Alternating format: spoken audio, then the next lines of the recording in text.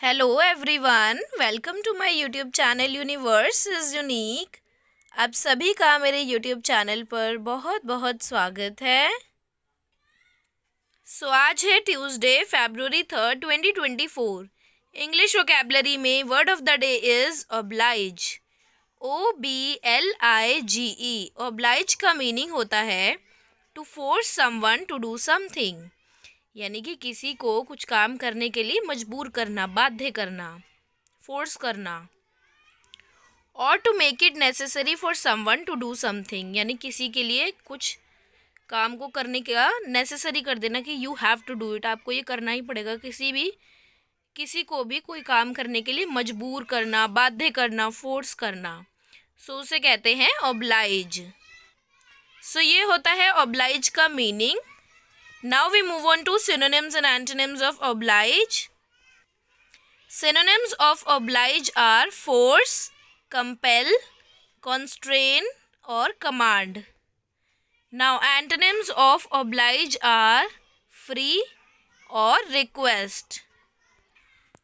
Now example sentences. First sentence is the law obliges companies to pay all the basic facilities to their employees. इस sentence का meaning है कि law ने, कानून ने companies को ये करने के लिए मजबूर किया, फोर्स किया कि उनको अपने एम्प्लॉयज़ को जो काम करते हैं कंपनीज़ में, उनको बेसिक फैसिलिटीज़ दी जाएं।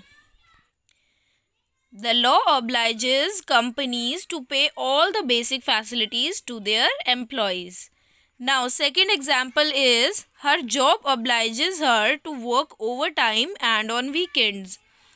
यानी कि उसकी जॉब ने उसको मजबूर किया, फोर्स किया कि उसे ओवर टाइम और वीकेंड्स पर भी काम करना ही है। Now third sentence is we are obliged to give up our plan. हम मजबूर हैं अपने प्लान को गिव अप करने के लिए, यानी कि छोड़ने के लिए हमें अपना प्लान छोड़ना ही पड़ेगा। ये थे एग्जाम्पल सेंटेंसेस। आज की वीडियो में हमने सीखा इंग्लिश वोकैबलरी वर्ड ओब्लाइज, जिसका मीनिंग होता है to force someone to do something, यानी कि किसी को कोई काम करने के लिए मजबूर करना, फोर्स करना, बाध्य करना। अगर आपने मेरे चैनल को अभी तक सब्सक्राइब नहीं किया है तो please subscribe to my channel and press the bell icon for the upcoming videos.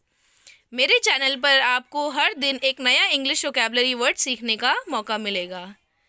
So that's all for today's video. See you tomorrow with another new English vocabulary word. Thank you so much for watching.